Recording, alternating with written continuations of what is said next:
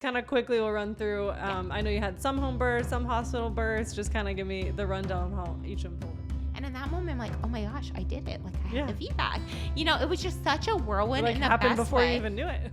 When you have a whole miracle story that goes along with this one. When he actually did have the vasectomy, my baby was 2.5 months old. And so we get out to the car and we both literally sobbed. I mean, we're literally in the parking space in front of the front door, sobbing, holding each other. Like, what did we just do? What just happened? I'm freaking out. So you're just like hard. Praying on your face every day for 6 months. It was heartbreak. And when I found out I was pregnant with him, oh my gosh, it was probably one of the happiest moments of my entire life, because I couldn't believe it. I felt so unworthy. Like, why, God? Why do I deserve this miracle? What would you say to a mom or a couple that may be like thinking, okay, after this pregnancy, we're definitely getting a vasectomy? Hi mamas, my name is Megan Norkis and welcome to Our Virtual Village. Starting this podcast was inspired by a local mom group that I went to during my pregnancy and postpartum journey. Connecting with and relating to other moms was a major key for me as I was navigating all the new things that come with being a new mom.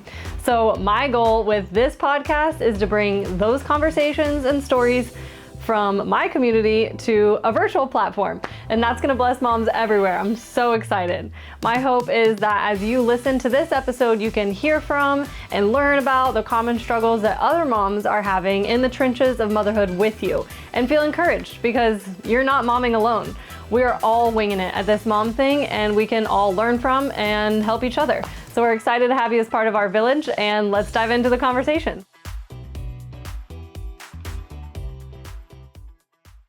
Welcome to another episode of Our Virtual Village. I'm so excited for this conversation, which I say every time because I have such amazing moms in my community. So here's another one, Miss Kayla. Thank you so much for taking your time to be here today. It's a pleasure. I feel so blessed. I mean, I got you by myself. This is crazy. Or by yourself, I should say. Big moment. Yeah, having you by yourself is kind of wild. You have 6 children. Yeah. So trying to break away, I'm sure. We're going to dive into it because I'm like, what is your life like? I mean, you know, I have 2 kids and I don't want to say I'm at my max, but I'm just like, wow, it could get crazier and crazier and crazier. So I love learning from women like you with a beautiful family and how you manage it all so gracefully. I mean, you look so put together. Thank you. You really left the house with 6 kids there. When did you put makeup on? Like, it's crazy. So, welcome to the podcast. I guess just introduce yourself, your story, where are you from? I know it's not here in Jacksonville where you are now. So just set us up. What was, just give me a little peek into your world. Okay. So my name is Kayla. I'm 32 years old. I am married for 10 years now to my husband, Jason, and we have 6 kids. Bella, who is 13, Lydia, who is 9, Sienna, who is 8, Wyatt, who is 3, Everett, who is 2, and Scott, who is 4 months. Amazing. And a partridge in a pear tree. Yeah. Right. I'm like, who, did I forget someone? I always have to be counting. I'm like, how do you even remember all their ages? It gets tricky. Like one will have a birthday. I'm sure you get all confused. Oh, we have lots of overlaps. We have 3 birthdays within a 1-month time span in our family. That's so crazy. Lots of celebrating. Yeah. But we have lived in Jacksonville now for 8 years. We moved when my youngest daughter was 5 months old from New York. New York City, New York. Yeah. And we moved here for my husband's job, and we just absolutely fell in love with Jacksonville. Mm-hmm. We just knew this is where our families meant to be. We think it's an amazing place to grow and raise a family. Mm-hmm. And that's our story. Yeah. That's how we ended up in Jacksonville, and we just love it. Love it. Growing up, I was always thought Jacksonville was the lamest place in the world. But now I've traveled so much, and every time I come back, I'm like, we kind of have it all. Yeah. Including the bugs and the humidity that I could do without. And the gators. Don't forget the gators. Yeah, I could do without some of that. But otherwise, I live 10 minutes from the beach. Even at 9 a.m. this morning, I woke up, I texted her, I'm like, want to meet me at the beach in 30 minutes and just go jump in the ocean? It's such a blessing. And we still get cool weather too. Yeah. Everyone's like, oh, how could you leave New York and everything? I'm like, I don't miss it. I miss family, extended family and certain memories, the crisp fall air and stuff like that. But for the most part, no, don't miss it. Yeah. Couldn't, even if you offered me a free house there, I'd be like, no, thank you. I'm happy. Yeah, I love Jacksonville. Awesome. So cool. I mean, we have a whole month of winter. So what more do you need? Exactly. I'm like, that fills my cup up. Yeah. Okay, perfect. It was cold. Check. Yep. That's awesome. So did you know, you and your husband, I should say, actually, did you know you wanted like a large family? Like, was that the goal? You're kind of just open, or did you have a number in mind? I'm always so curious, like how you went into this. So I actually had my first daughter when I had just turned 19. And so when I met my husband, I already had her. Okay. And then I met him when she was 2 years old, and we quickly like fell madly in love. Everyone thought we were crazy, but he's 9 years older than me. And basically I had this like realization of like self-worth where I was like, I am not wasting my time on anyone who's not worth my time. So good. And so when we first started dating, we kind of just like dove right in, like getting to know each other, like staying up all night talking on the phone, all that kind of stuff. And I kind of laid it out on the line, and I was like, listen, by 6 months, if you don't know if you're ready to like, well, not ready, if you want to marry me, then bye-bye. Like, I'm moving on. I'm like, didn't mean he had to marry me right then and there, but I'm like, I'm not going to be one of those girls who's dating for 10 years. Like, I'm sorry, that's not me. Like, these are the best years of my life. I haven't even reached my peak. Yeah, you know? I am so fertile. Yes, I was just like I haven't even been the best version of myself yet. So I'm like, I'm not about to be wasting it around. And he was like, okay. And so we started dating officially in June, and by May we were married. So 11 months from then. Wow. And so we are very similar in a lot of ways, very different in a lot of ways, which is a great balance. But we always agreed on me being a stay-at-home mom and on having a big family. I don't think we had a particular number. Growing up, I always dreamed of having 4 kids. But it wasn't like a hard particular number. He always says, literally, even to this day, I'll have as many kids as I can afford. Yep. And so, God just keeps providing. Yes, exactly. Exactly. Praise God. That's cool. But that's literally how it ended up happening. I mean, we met, we fell in love, we agreed on a lot of things, and we've just been like going with how life has taken us. Yeah, I love that. Yeah, sometimes people are like, God gave us a number. Like, I've always wanted this many kids, or I've always dreamed of XYZ.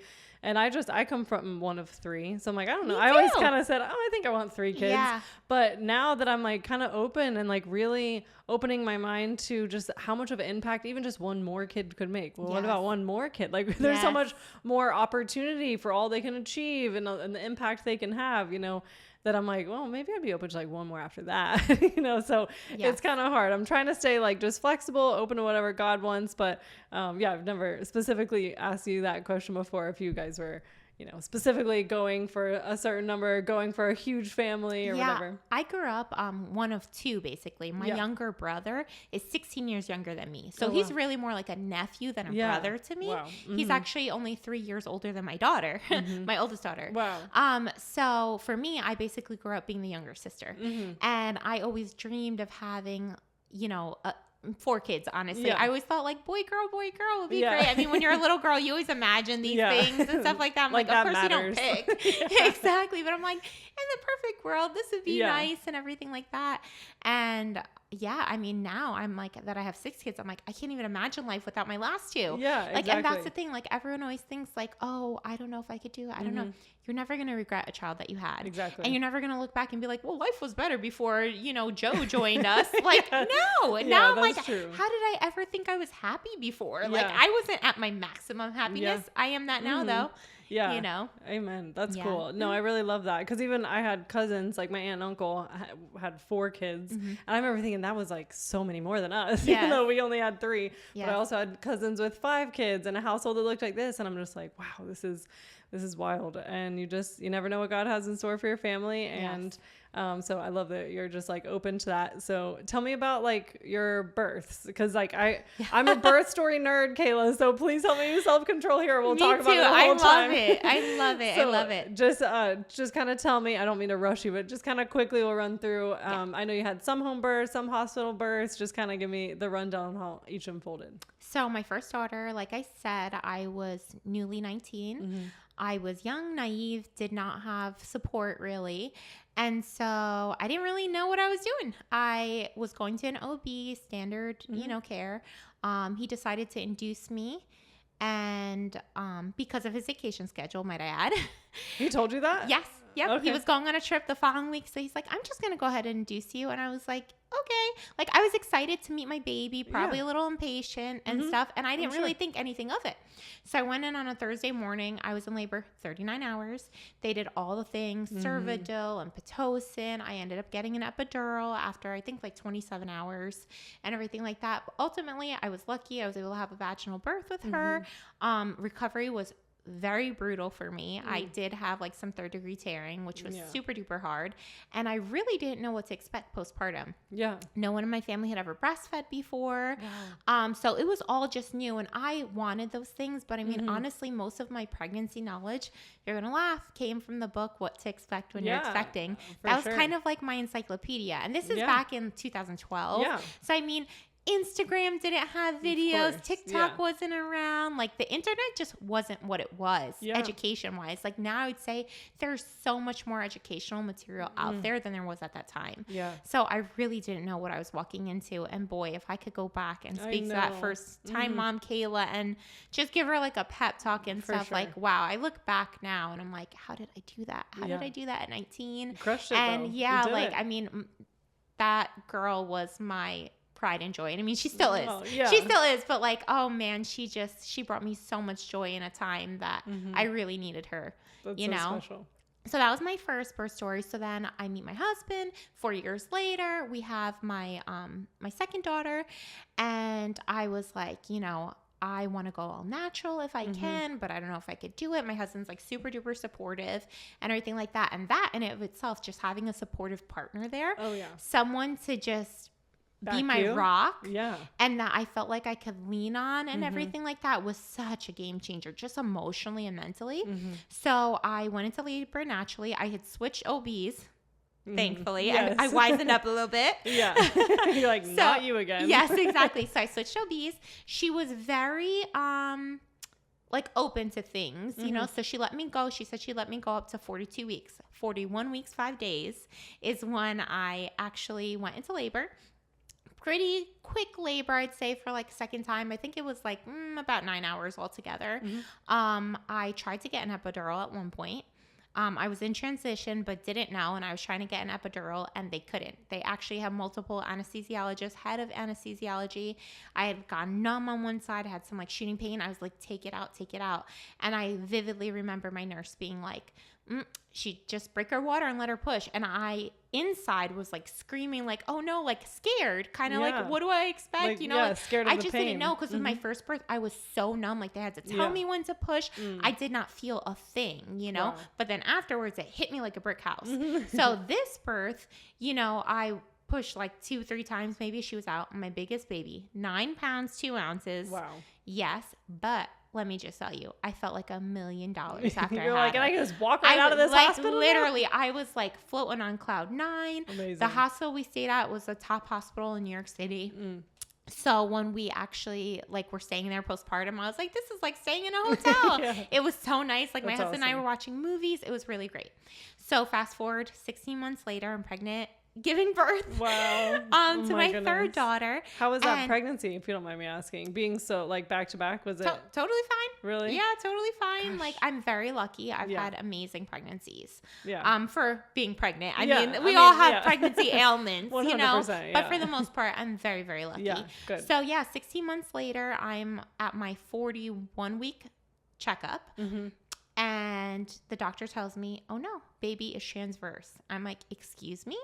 And she's like, yep. And basically they thought, because my second daughter was so much larger, it ended up being like a 2-pound difference, that this baby had a little bit more room, like in my uterus. Like, my uterus, I guess, hadn't tightened up enough. Yeah, wow. That's so interesting. Yeah, so she was transverse. And so I was like, oh no, what do I do? She's like, well, we'll see if she turns. If not, we'll schedule you for a C-section. And I was freaking out, because I've never even had a cavity before. So I've never broken a bone, like anything like that. So to have a C-section, I was like, absolutely not. Also, I was 24. So I was like, I'm young. I'm able-bodied. Like, So I go home. And again, mind you, this is 2018. The internet was not what it was. Even still, people don't understand how much social media has really exploded in the last 5 years. 100%. And so I found spinning babies. I got an ironing board. I was upside down. My husband was like, what are you doing? I was like, just silence. Like, let me do my thing. And just help me onto the ironing board. He's like, what? Exactly. Where did you even find spinning babies? On Google. Wow. On Google, yeah. Because I was like, I'm a very determined person. Very determined. So there was a moment, I'm upside down on this ironing board, and I feel a big swish, and I'm like, Lord, please let her have been, head down. But I didn't know. What do I know? Like, feeling around for the baby. I don't know what's what. Crazy, but wouldn't you know? Like the next night, I go into labor. I'm now 41.3, and I get to the hospital, 5 centimeters dilated. Well, she's breached now. Oh, no. And they were just like, well, you're getting a C-section. I was like, what? Like, can't we try and turn her and everything? They're like, no, you're too far dilated. Like, we're not willing to try. And I was devastated. I shut down. I was really like numb, for lack of better words. Yeah. I felt like a guinea pig. I felt like I was looking outside of my body. I was in active labor, mind you, 5 centimeters.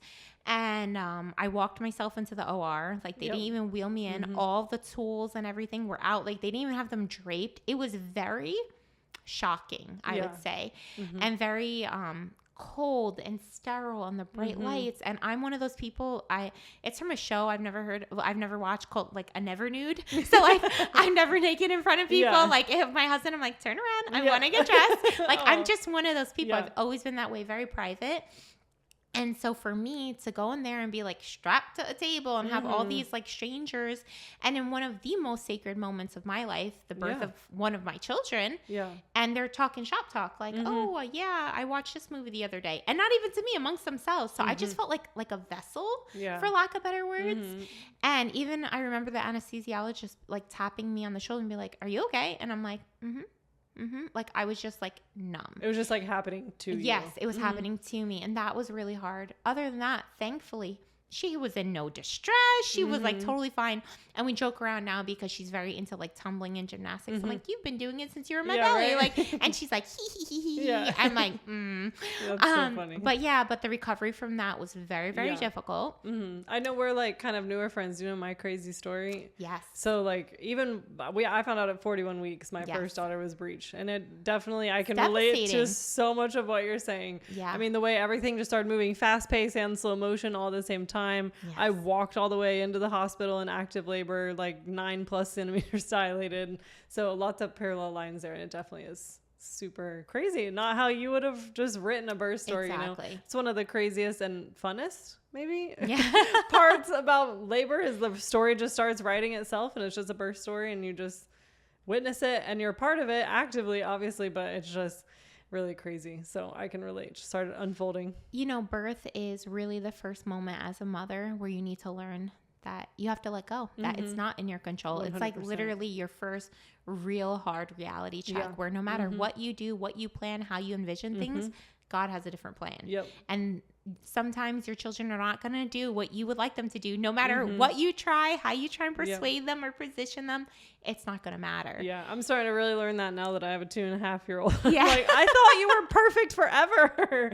Like, no, she was just not one yet. Yes, exactly. She didn't quite have a vocal opinion just yet. I'm like, oh, now she does. Yeah. But it's funny now because, of course, hindsight is 2020. Like, in that moment, it was devastating for me. I probably cried like every day for a year after I had her. I just felt so robbed of such a special moment. Totally. And it was such a stark contrast from my birth prior and how like in love and all the oxytocin and the skin to skin, like it wasn't just the C-section, it wasn't just the birth, like you don't have the immediate skin to skin, you don't have just a lot of things, getting up and out of the bed, like needing partner help more, all of that. And that also was very humbling for me because again, at this point, like I didn't even want my husband coming into the bathroom to help me with anything because again, I was just like, oh no, like that's just how I was. For sure.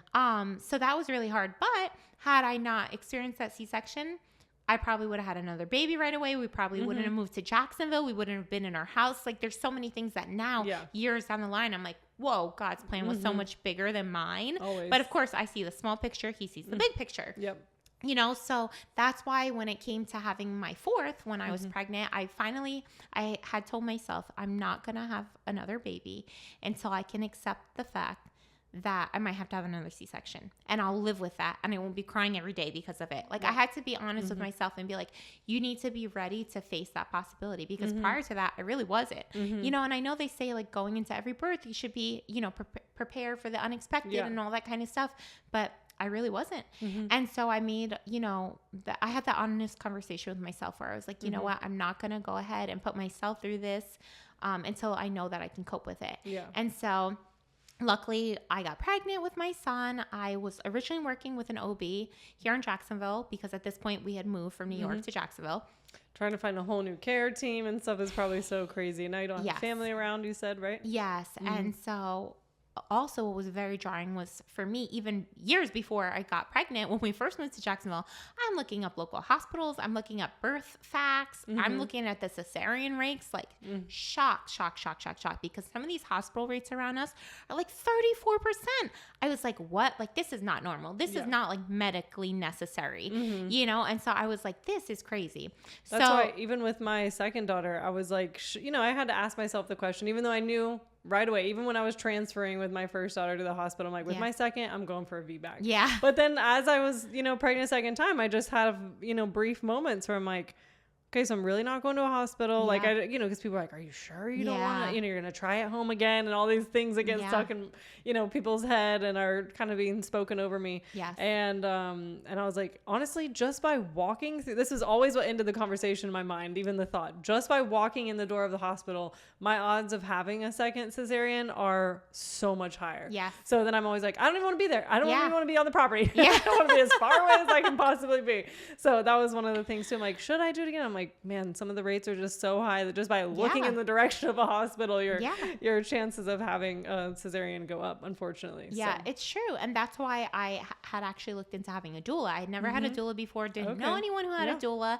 And so I'm like, I'm going to find a doula because I read, that statistically your rates for VBAC are much higher and all that kind of stuff. And I was dead set on having a VBAC. So I met with my Jessica. I met with my doula, Jessica Gillen. She's incredible. Yeah, she's on this podcast. Yes, I know. And she is a tiger. And I wanted a tiger because I can be confrontational if I need to be. But like, who wants to be confrontational when they're in labor? Like, that is not the time and place. And so I wanted someone to be my tiger because let's be real. Like, my husband doesn't really know what's going on. Yeah. Like, obviously he's been at my births and everything like that, but he doesn't really know like the behind the scenes stuff. There's so many variables. Exactly. And so I'm like, I want a tiger. I want a pro.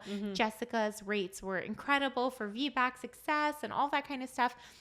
And having a doula, you get tons of provider insider knowledge, everything. So I had my first meeting with her after my initial meeting with my OB, who had told me that he would not let me go past 40 weeks, which historically I always went past 40 weeks, 41.5 and 41.3. So I'm like, ain't no way am I going to go into labor naturally at 40 weeks. Right. Like, that's just not how my body works. Yeah.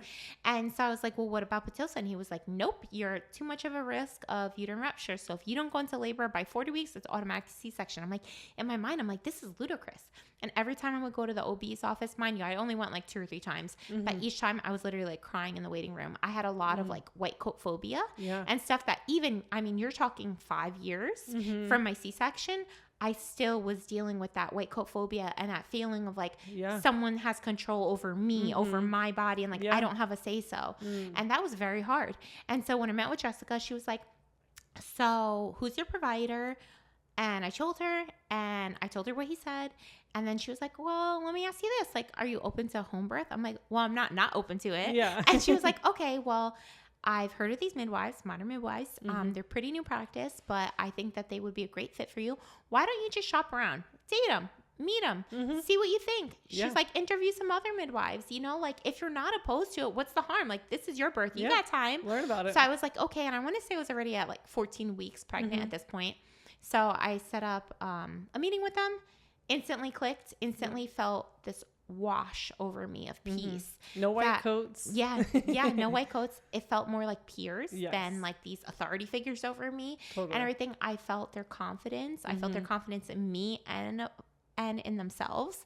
And that just gave me this reassurance, this peace that I was like, this is where I'm meant to be. So I go into labor with him. At this point, I'm 40 weeks, 5 days. And maybe it was 40. Yeah, no, 40 weeks, 5 days. Sorry. You're good. I'm sorry. It gets really confusing. There's a lot of kids I can't imagine. I'm already confused too, so I can't even imagine. Yes. So I go into labor, in the morning. I pack my kids their school lunch and everything like that. Like, I'm a pro by now. Yeah, like these contractions, I could tell, you know, these are the real things. I reach out to my doula. We get the kids dropped off at school and everything. And I mean, I was coping pretty well. I was like chilling, going through the contractions, like, okay, I could handle this. I really wanted to have a water birth. So I eventually get into the birth tub, which we have a new construction home. So they did not realize that I have a tankless water heater where hot water does not run out. And so unfortunately the birth pool was like burning hot. Oh, no. I stood in it and I'm having these intense contractions and I'm thinking in my head, oh my goodness, like if my baby's born to this, he's going to get burned. Like I literally, I'm like, this is terrible. So I'm standing there and everyone's kind of just watching me at this point. But in my mind, I'm like, help me out. Like there's tile floor next to me. I'm like, I don't want to slip and fall. Like that wouldn't be good. And so eventually I like get out of this contraction. I'm like, listen to me, to my husband. And he's like, huh? Whoa. Yeah. What? He's like, what'd you say? You know, but in my mind, I was telling him, help me out the tub. Yeah. So he helps me out of the tub. I asked to be checked at this point. I'm 8 centimeters. Nice. And so I was like, oh my goodness, you know, and I remember being like, this hurts so bad. And then my doula being like, yeah, because you're about to have a baby, you know, and I'm like, well, duh, you know, but like it hurts. Yeah. And so I go back into my bathroom because I felt like I had to use the bathroom at this point. And I don't even make it over to like the toilet. And I'm just feeling these really intense contractions. So I go over to the toilet. I really had to pee. I had been drinking my whole labor, eating banana pancakes, all of that, which is also the beauty of a home birth. And then I just feel like this pressure. And I'm like, I feel like something's like happening. And everyone's like, no. And I'm like, I feel like something's happening. Were the midwives there? Yes, my midwives were there. They had got there probably like an hour before, I'd say, not too long. And so I was like, I don't know, you know, I'm like, I feel like something's happening. I get this really strong contraction. Mind you, my water hadn't broken, anything like that. And I'm like, I feel like I need to push. And my midwife, Mandy, she goes, well, just listen to your body. Now I'm standing like over the toilet at this point. She looks down. She's like, oh my gosh, that's your baby. I push, his literally entire body comes out in one push. My water breaks. Wow, I just got chill bumps. She catches him with her bare hands. My doula, which was like supposed to be taking pictures and stuff, she's like, oh my gosh. She like grabs the towel. Mind you, I have like birth towels. I'm a very like clean freak OCD person. She like rips my nice hand towels off the thing to like grab it for the baby. Everyone's just kind of looking at me and I'm like, and in that moment, I'm like, oh my gosh, I did it. Like I had the feedback. You know, it was just such a whirlwind. Like in the happened best before way. you even knew it. Yeah, and they had checked me and I was 8 centimeters 15 minutes prior. Wow. Literally 15 minutes. So apparently like in my mind I had always heard like, oh yeah, every like centimeters an hour. That's like what I had heard, like whatever. Yeah, not for me. Well, and people get numbers stuck in their head like, oh, I'm only a 6, I'm only a 8. Like everyone's body is different. And that's why I had never been asked to be checked before or anything, which I love, again, about home births and midwifery care and stuff. But I was like, oh my goodness, like I'm gonna have 2 more hours of this. This is gonna be awful. You know, but I'm like, when I had heard 8 centimeters, I was like, great, but still I was like, oh my gosh, 2 more hours of this. But the crazy thing was in between the contractions, I was cool as could be. Like my midwife got there, I'm like, how was Caroline? Ha ha ha ha ha. Like making jokes of it. And then so for my next baby, 20 months later, boom, just back to back. I love he threw me for a loop. And at my 37-week home visit, my midwife was checking for his heartbeat and I got really scared because it took her a minute, and then turns out his heartbeat was really high up. Why? Because he decided to be breech. Oh, goodness. And I was like, oh no. So I start freaking out because I'm like, oh my goodness. Break out the ironing board again. Literally. And so I did all the things. I put an ice pack and a flashlight and everything. And by the grace of God, he turned within like 2 days. Did you feel it? You knew? Yes. It was a very big, significant swish, which was crazy because I had scheduled to do an ECV down south the next day. And it was like 9 o'clock at night. And the midwives were like, I'm like, I think I felt him turn. They're like, meet me at the office. The midwife came literally barefoot from the beach, opened up the office, did the sonogram. She's like, yay, he turned. I'm like, what a relief. Oh my goodness. And so his labor, I was kind of gaslighting myself thinking, you know, like I don't really think, I didn't have a doula this time. I felt way more confident on what to expect and everything. And she got there 13 minutes before he was born. Wow. Yeah. And the same thing, I was kind of at that point where I was like, okay, I want to be checked, you know? Mm-hmm. And I was 8 centimeters. So when I heard that, I knew, oh, this baby's coming in the next like couple minutes. Yeah. And so again, I really wanted a water birth. Mm-hmm. And so they were filling up the pool. I had just blown out my hair the night before. I had it up in a claw clip, and I was like, okay, I want to go in the pool. So I go in the pool. Take your hair down, shake it. It's literally filling up, mind you. It's like barely covering the bottom at this point. And I'm, you know, again, talking with them or whatever. The hair is like starting to go on my face. So I'm like, you know what? I'm going to like re-clip my hair, you know? Yeah. Big mistake. Oh, I unclip it. I'm talking to them. I have a contraction. I drop on my knees and lay on my left side, kind of like a mermaid. I gave birth. Yeah, I pushed the baby out. 2 pushes. It was like 1 push. His head was out, looking up in the like his face was barely barely below water. My midwife actually told the senior midwife who was there, keep his head below water because obviously you don't want the baby to take a breath until they're fully out. Yeah. And stuff. And so 2 pushes, he was out, and what a whirlwind. What a great birth. But 13 minutes before. Wow. And then 20 months later, again. This is where it gets fun, though, when you have a whole miracle story that goes along with this one. So this was your 5th, right, that you just finished? Yes, my 5th. Okay, I'm like, I'm tracking, like, right? No, I'm tracking, right? I just didn't want to totally mess it all up. So after this, you and your husband thought you were totally done, right? Yes. So when I actually had my 4th child, my first son, I said, depending on how his birth goes, this is my hopefully VBAC. Yeah. I was like, depending on how this goes will determine if I'm going to have another or be done. Well, of course, I had the most amazing birth. So I'm like, I want to do this again, which is why I had my 5th. His name is Everett. Then when Everett was born, again, I had the most amazing birth. Everything was so good. But I felt a lot of like family pressure, worldly pressure and everything. Everyone being like, you're done now, right? You're done now, right? Like 5 kids is a lot. And just a lot of like unsolicited comments, let's say. So it really truly came from like outside, do you think? Like you and your husband were never like, after this, we're done? It just kind of was like assumed because everyone was asking? We had always discussed him getting a vasectomy when we would be done. Because I'm like, hey, I've done my part. You could do yours. Like that was kind of my attitude and stuff. And so during my pregnancy with Everett, I kept saying, oh, he's going to be our last. Oh, he's going to be our last. But I didn't feel it with my whole heart. Like I was just kind of like saying it, but like there was nothing like set in stone, right? And so after I had Everett, it was kind of like the perfect storm of events. And it sounds so silly and so ridiculous, but it's honestly what happened. So my husband, who never gets a physical, never really does things, happened to have a physical when he had his time off after I gave birth to Everett. So he gets a physical. He's like, oh, well, with our insurance, I need a referral for vasectomy. Let me get it now. I'm like, this man always procrastinates on everything. Suddenly he's all productive, you know, like, you know, like, hello. And so he goes and he gets a referral. He goes to the consultation for the vasectomy. They're like, oh, you need to book it within 30 days or you have to go through the whole process all over again. And so we're like, oh, okay. Mind you, I'm at orientation for my kids' school. So I'm there with 5 kids. And at this point, my baby was struggling a lot with gaining weight. And he was what, 2 months old? Not even. He was actually a month and a half old at the consultation. So he calls me and I'm literally like in the middle of orientation and everything. And I'm like, well, just book it and we could always like reschedule it. Like just like now's not the time for me to talk about it. I'm in the middle of orientation. Yeah. And my 5th baby, once he was born, he was great. All my kids have had tongue ties. We had it lasered at like 24 hours old. Well, unbeknownst to me, it partially reattached. And so I was working with an IBCLC. I was taking him to different chiropractors, all that, and we couldn't get him up above the 2 percentile range for weight. I was doing all the things. They were trying to pressure me to formula feed, all these things. I was like, no. So I was triple feeding him, not sleeping.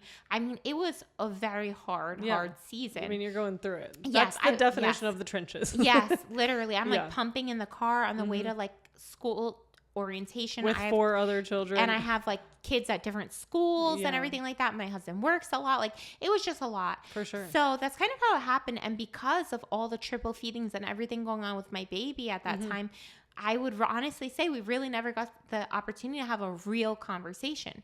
So when it comes to actually having the vasectomy leading up to it, I'm like, you know, Jason, I don't think that you should do this. Like, I don't know. Like, it doesn't feel right. Like, I don't know. Like, what if we're not done? And he was like, I know, but, you know, it could just be everything that we're going through right now. Like, you're just thinking that, like, I'm just going to do it. Like, you had said this and blah, blah, blah. And that was really the gist of it. He wasn't like dead set or really wanting it either. He was just like, oh, this is what you said, I wanted to do. But like, he's very go with the flow and very like, hey, you're the one having the babies. Like, I'm just, you know, providing. I mean, as long as I can provide and everything, but he's like, the call is yours. Final say so is you. Yeah. So he's kind of just finishing what you had brought up or what y'all had talked about. He's kind of just following through. It was kind of like the perfect storm, honestly. And it sounds so silly and so trivial, but I mean, honestly, like, and it feels really silly and kind of embarrassing to talk about because like, I can't believe like such a big decision was made like that, but it was really just like the perfect storm. And communication wasn't there the way it should have been, like timing, everything going on with the baby. And so when he actually did have the vasectomy, my baby was 2.5 months old, which is like insane because right now I have just about to be 5-month-old and I'm like, he's a newborn. Like I have no business making any kind of decision right now. What did we do? You know, that sort of thing. And so anyways, I go with him to the office with the newborn, with the 2.5-month-old. He goes, you know, taken to the back and everything like that. And I'm in the waiting room and I'm pacing. And I have this moment of just fear and sadness and panic pour over me. And I'm like, should I like go to the front desk? Do I go to the room? What do I do? Like, is he going to be mad at me? Is he going to be embarrassed? Like, I don't want to make a scene. Like, what should I do? What should I do? Like, I just want to like kick in the door, like have a Hollywood moment and kick down the door and be like, stop. I wish you would have. Now. That would have been awesome. Me too. That would have been the story would have gone way differently. It's too easy though. God had to work on you and do a lot. But that didn't happen. And he came out a couple minutes later, like literally just a few minutes later. And I was just like, and he just had this look on his face of like defeat or sadness. I don't know. Just like, and so we get out to the car. And we both literally sob. I mean, we're literally in the parking space in front of the front door, sobbing, holding each other. Like, what did we just do? What just happened? I'm freaking out. I'm like, this can't be it. Like, in my heart, and I had actually told him this once before, like, on our way there, like, in my heart, like, it just, like, doesn't feel quite right. And, you know, it's like I've told people since they've heard my story, like, how do you explain missing someone who you've never met before? And that's how I felt. I miss this baby so much. And I had never even met him. And, like, it gets me teary-eyed, like, just thinking about it. But just my soul knew that he needed to be here. You know, like, as a mom, like, my heart knew that this incredible person was meant to be part of our story. And so in this moment, I'm sobbing, I'm crying and everything. And for the days after, I mean, I cried so hard, my face was literally black and blue. Wow. And in that moment, it's also very hard because again, I have a 2.5-month-old and it's also very hard because like ultimately my husband made this decision. He didn't back down when I asked him to. Maybe I should have been more vocal and like put my foot in the ground, but I'm also not one of those people who feels like, why should I have to yell for you to hear me, you know, or for you to take me seriously or something. And so it was very hard, like, for me as a wife, because I was like, I felt like betrayed, for lack of better words. You're like, but wait, it was kind of our decision, but exactly. There was like self-blame, blame on him, blame on the situation. Like, there were just so many things. Well, and you're very postpartum. Like, yeah, and I kind of had like whiplash because again, like everything creeped up. And again, mind you, I'm still not sleeping. I'm triple feeding this baby. Like, I don't think people understand truly what that entails. Like, I'm literally pumping, nursing, bottle feeding him. I did not sleep. And I also have 4 other kids that I'm taking care of, including a 20-month-old, you know? So yeah, like it was a lot. And I'm crying. And my husband was like, well, let's just try and get you pregnant. I'm like, I just had a baby. Like, so I'm kind of like at this crossroads. Because the sperm still works and is still there for what, like 90 days, 30 days? Pretty much, yeah. So they say that, you need to ejaculate 30 times to like clear out the reserves, for lack of better words. And then after that, like, that's it. He's considered sterile. And so I was just like, oh no, like, you know, and then I'm in this very, very impossible position where I'm like, do I try and get pregnant with a 2.5-month-old going through all this and stuff? Or do I live with the fact that I didn't even try? Like, you know, so I'm kind of like stuck with these hard choices. And so I'm like, you know what? I'm going to try. But with me, with nursing, because exclusively nursing, especially at that point, I mean, it was literally even at 2.5 months, at 4.5 months, everything, I was still like having a newborn because I was pumping, nursing, bottle feeding round the clock and stuff. So I didn't have my cycle back. And historically, I would get my cycle back, get pregnant literally the next month, like that. And again, that was a whole other like mental aspect of it because by the grace of God, I've never struggled with infertility. Right. I want to get pregnant. I get pregnant that same month. I've never had any pregnancy losses. I've never experienced any of those, you know, heartbreaking, out of control moments. I mean, there's been plenty of other aspects of my life, but in regards to this, it was a whole new world for me to see negative tests. So mind you, I'm thinking, oh man, I got 30 times or less, like, you know, sort of thing. I can imagine what that does to like your intimacy too. Oh my gosh. You know, like so different.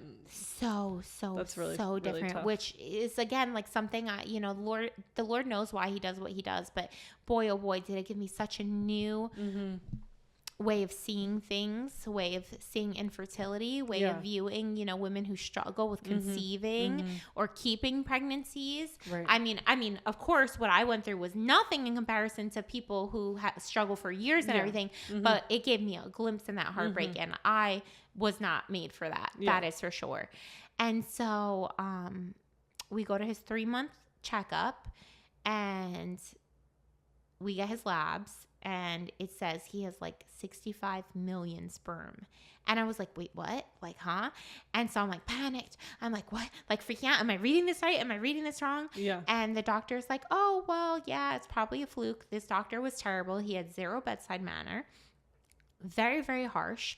And we're basically like, oh my gosh, like this is good news. Like, could it be that maybe it failed and everything like Which that? Which I'm sure he's like, no. What? He's like, it's a 99.9% success rate. Don't get your hopes up. Like he might just have a little bit of sperm left. And you know, if you really want the possibility of getting pregnant, go to a fertility clinic, freeze his sperm, get yourself a sperm popsicle. Yes, that's a direct quote. And, you know, that's your best luck. And I was just like so put off. I was just like heartbroken. And then he does one of the most obnoxious things a male provider could ever do. He goes, oh, and, you know, I wouldn't worry about, you know, getting pregnant in the future. Worry about the baby you have right now.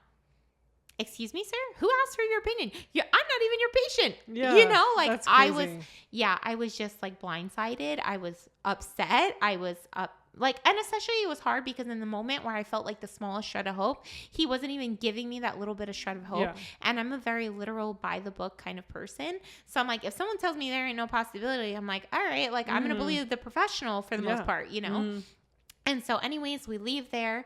We do end up going to a fertility clinic, go through all that. We do freeze my husband's sperm. Mind you, that's added expenses. That's added anxiety. They're all like, wait, you're at a fertility clinic, but like you have 5 kids, but like he got a vasectomy, but now you want to freeze the sperm. Like it was just all this like, yes, also yes, you know. Yeah, that's me. Yep, that's our story. Yep, that's why we're here. And so the doctor told us by the 6-month mark is when we can decide whether or not it's a true failure.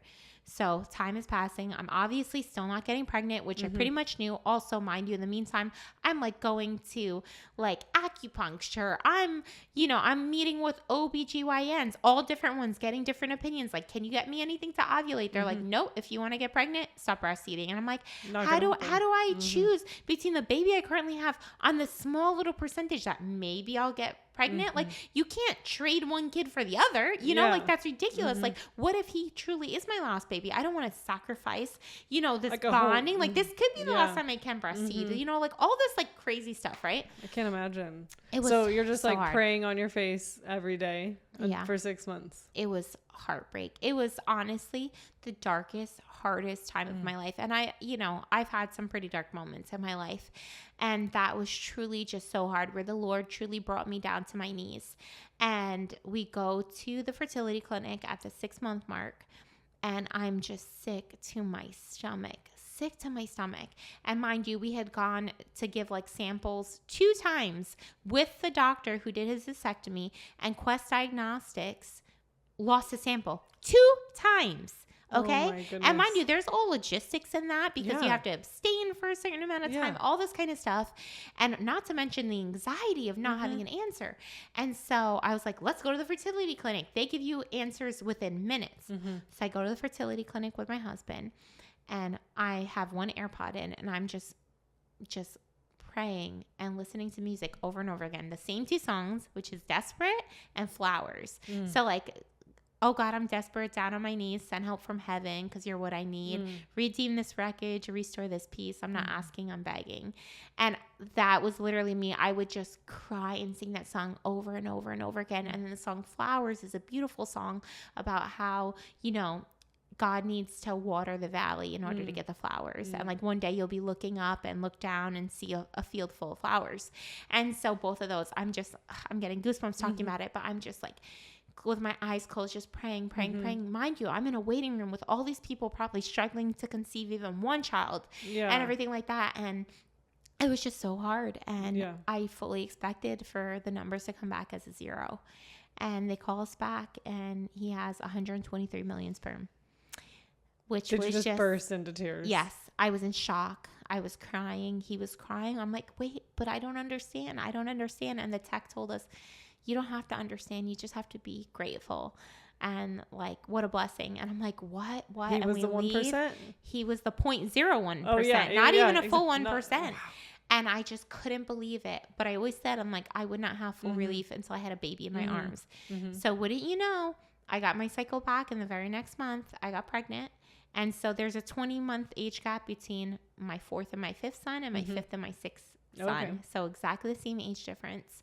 And when I found out I was pregnant with him, oh my gosh, it was probably one of the happiest moments of my entire life, because I couldn't believe it. I felt so unworthy. Like, why, God? Why do I deserve this miracle? Like, why me? You know? And then one of my friends told me, why not you? Yeah. You know, why not you? Why not your family? Why not your testimony? And so I have a basically wonderful pregnancy with him, as wonderful as a pregnancy can go, and everything. And everyone is just amazed by, you know, our story and everything, because my midwives knew about it. People surrounding us knew about it. And I go into labor, and I'm kind of gaslighting myself. I'm like, nah, this isn't it. I had prodromal labor for the first time in my whole life for a couple days. So that was really hard. I hadn't really slept. And that morning, my husband had actually taken off of work, because I was just like going through it. I was just kind of run down. All of my pregnancies, I historically get pregnant. The flu, pink eye, bronchitis, like literally the most crazy things. Mind you, I never get sick at any other time, but usually at the end, like my body is just tired. Yeah, for sure. And so I was really exhausted. My husband took off work that morning. We went about our business. I went to the chiropractor, had a good sandwich, everything like that. And my daughter actually went to a big church event for youth. And my husband left me. I was in the bath, just trying to like chill in the dark and just relax. And he comes home probably around like 10:30. I say goodnight to her and everything. I start getting contractions that are a little more intense. And he's like, I think you should reach out to the midwives. I'm like, I don't know. Like, I don't want to bother them, everything like that. Like, I don't really know. And I'm texting them, and, you know, I want to say it's like 11:42 or something. I'm texting them. And I'm like, you know, like I'm getting some more serious contractions. They're like, do you think it's time for us to head over? I'm like, I don't know. Like, it's late. I don't want to bother you. Like, what if it's not real? They're like, well, you know, what do you think and everything? I get one contraction. I'm like, okay, I want you guys to come over. Yeah. That's at 11:46. My son was born 12:25. Oh my goodness. It was that quick. My midwife happened to be staying at her father's house because she was getting her flooring redone. So she was only like 15, 20 minutes down the road from me, whereas normally she'd be over an hour. She would have missed the birth. The whole birth team would have missed the birth. It just so happened with God's plan that she made it to my house 12 minutes before he was born. Wow. And she gets there at that point. I'm like moaning, going through it. I'm like, I want you to check me. She didn't even have her bags down, mind you. Yeah. I was like, Maya, I need you to check me. She's like, okay, I'll do that. Like, let me know when you're ready. I like get a break in a contraction. She checks me. She's like, you're 9 centimeters. I've never heard 9. So I'm like, oh man, this baby's literally about to be here. You know, I was like, whoa. Again, I want to go into the birth pool. Yeah, this is like, you could just get me to the tub. Oh man, which is so funny because my husband had asked me, you know, like early in the evening, you want me to set it up? I'm like, no. In my mind, I'm thinking setting up the birth pool also means filling it up. Yeah. What was I thinking? Like, hello, we could have just moved it out of the way if I didn't need it. But no, I was like, no. So he's like simultaneously trying to fill up this birth pool and doing hip squeezes, which actually was my first time ever having hip squeezes. Oh, really? I've always labored like by myself, essentially. Wow. Where I'm like, don't touch me or anything like that. How was that? Way better, incredible. right? Like, what was I thinking missing out all those times? You know, like, oh my gosh. And so I'm like, help me, you know, like squeeze me. So he'd like run back over. Mind you, I have a pretty large master bath. So we're setting up the birth pool in my master bath. Nice. And stuff. And so he's like running over. I'm like leaning on the bed. Everything. He'd do a hip squeeze. Then he's running back. Poor guy is like so out of breath. And then I was like, I had always wanted to have like the twinkle lights in the tub. I really wanted to give birth like in the dark. Like I really wanted to give birth in the nighttime. I really wanted like to not have like anyone know I was in labor. Like all these things. And God really showed up. Really? And so my husband is trying to like unwind these twinkle lights. He's like, how do you want them set up? I'm like, who cares about the twinkle light? I'm like, it doesn't need to be aesthetic. You know? He's like, I want it how you want it. I'm like, who even cares? You know, and he's like flinging it and everything like that. Running back, doing hip squeezes and stuff. So ultimately, you know, she checks me. I'm 9 centimeters. I'm like, okay, I want to get in. She's like, okay, like it's still filling. I'm like, that's okay. Well, I get in, I go on my knees. And at this point, I'm having really painful contractions. And I'm like, man, the only way out of this is through this. Like if I want to stop hurting, I got to just push this baby out. Like put on your big girl underwear and get it together, girl. Like I'm telling myself this in my head. Like everyone's just quiet and calm. I have worship music playing. We're in the dark besides the twinkle lights, all these things. And I'm actually like leaning over the side of the birth pool and I decide to like, I'm going to try pushing, right? So I grab onto the bottom of my bathroom cabinets and I like use that as like a handle, like literally ripped them out of the studs. But I use that. It's a movie. I push, I feel him like coming down. I feel his head come out. They're like, oh, baby's head is out, like say the time, which I had never even heard that before because usually my births are super duper fast. And so even this where I push him out and then his head is out and I don't have another contraction. So I have to wait with his head being out and having this. And it was the first time I ever felt like the ring of fire. It was the first time. I mean, I felt like this baby was like 20 pounds coming out of me. Of course, he ended up being like 7 pounds. Yeah, it's like your smallest. Yeah, like literally like second smallest. But like in that in between, oh, it was so hard. Yeah. And not like painful, uncomfortable. Oh yeah. You know, and so I'm just like, oh, and I literally remember like holding onto the cabinet and being like, help me. And my midwife being like, you're doing it, Kayla. It's okay. And just that calming voice of reassurance. And next contraction, I push him out. She grabs him. I like roll over on my side. She passes him up to me. And for the first time in like a year and a half, I can breathe. And my miracle is there. And he was so calm and he was so peaceful. And it was truly like the most sacred moment of my life. Like I can truly say that I felt God's presence with me more than I have at any other moment. And he was so calm and so peaceful. He fell asleep. He was born and he fell asleep. He didn't make a noise or anything. He was so calm.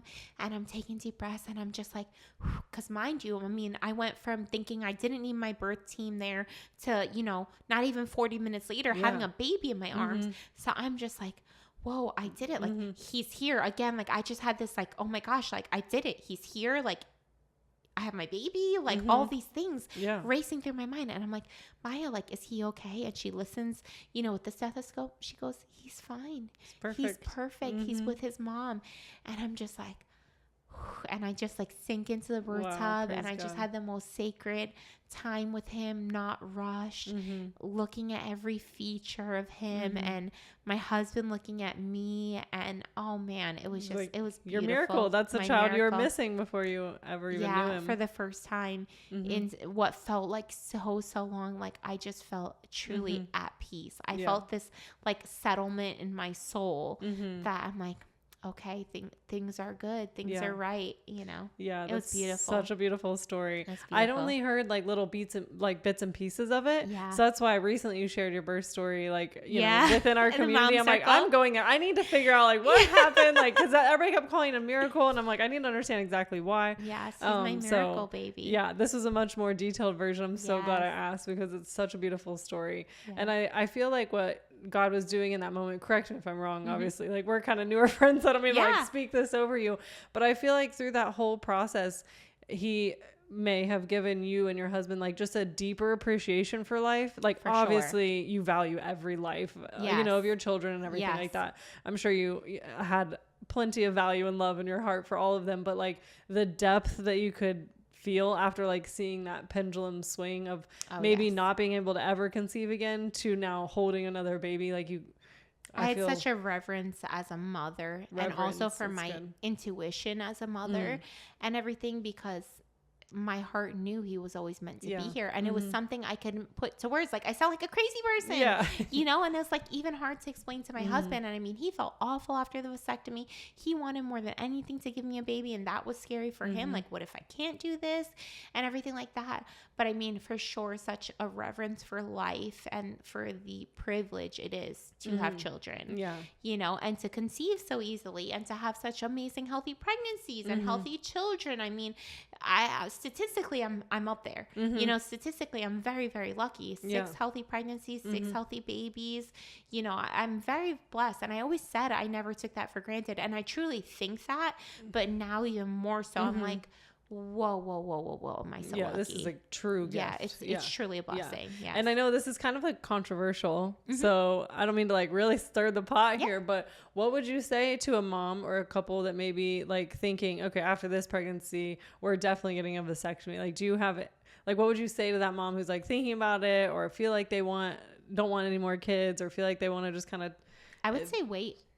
Say wait. There are so many different methods to prevent pregnancy. And I also believe that if a baby is meant to be here, they're going to be here. I mean, my son Scott is the perfect example of that. But I mean, there are so many children who are born of poor circumstance that so many would say, but I mean, their life is no less valuable or special or sacred. And truthfully, we don't know what God has, you know. So if it's finances that are holding you back, how do you know that next week you won't, you know, hit the lotto? Like who's to say that, you know? Totally. You know, there's so many things that the world tries to tell us now's not a good time. Now's not the right time. It's not the perfect time and everything. And I truly believe that's the enemy trying to prevent our families from growing, because God is always going to make a way. God is going to provide. And you know what? If it means that my kids have to have bunk beds, so be it. Yeah, right. Statistically, guess what? Scientifically, it's proven that children who share rooms are better off. Like they are more successful. Yes, look it up. There's studies on it. That children who share rooms with siblings are actually better off. Okay. Like in the long run. Cool. But besides that, you know, like I don't believe that every child needs to have their own bedroom. I don't believe that I need to go to Disney World every year. That is a sacrifice we make as parents. But also, I don't believe that there's value in a vacation over my child's life. You know, I would never be like, you know what? Instead of having my last 3 boys, I would much prefer to go on a cruise every year. Absolutely or have not. A bigger house. Exactly. I really don't believe that. And also, as mothers, you know, we could be so hard on ourselves. It's so easy to look and compare and to doubt. And I do believe that the enemy tries to use those moments of you know, loneliness or vulnerability, being tired, being whatever it is, whatever you're feeling in that difficult season. And he likes to prey on that and say, you know what, you're done. You can't handle more. And I just say, wait until you're a good season and decide. And by all means, if you're done at one, so be it. God bless. If that's what you feel, by all means. But you know what? I don't think that you should ever make a decision in haste. I've always thought that, but I mean, I'm proof that even those of us who think, oh, that'll never be me, or I'll never do something like that. No, sometimes you will. Sometimes you will. And, you know, you should never make a permanent decision on a temporary feeling. Mm-hmm. And so when you're in the thick of it, when you've got a baby not sleeping through the night, when you have a fussy toddler, mm-hmm. everything like that, don't make a hasty decision. Yeah. Wait, pray about it, think mm-hmm. about it. You know, if you want to look for advice from other moms of many, whatever it is, mm-hmm. it's also what your husband feels comfortable with. I'm lucky I have a husband who's super duper supportive and everything, but also mm-hmm. I have a large capacity for things because my husband is the only provider, mm-hmm. you know, so most of the parenting and disciplining and just like physical labor is on me. Yeah. So I have to know, hey, I can handle this. Mm-hmm. So you know, you need to have a lot of like self-awareness, but I would just truly say, like, don't close permanent doors on temporary seasons. Yeah. You know, this is good. Yeah. You got we need like, I don't know, a tattoo or a t-shirt of somebody saying like, I like that. It's so good. And that's actually what I wanted to talk about next. Cause you're the show. Like the mom of any home really keeps things going, but especially with, you know, having 6 children, you said your husband works a lot. Like you're the center of it all, which is kind of exciting and overwhelming in different ways. But those are some of the layers I just want to kind of peel back real quickly.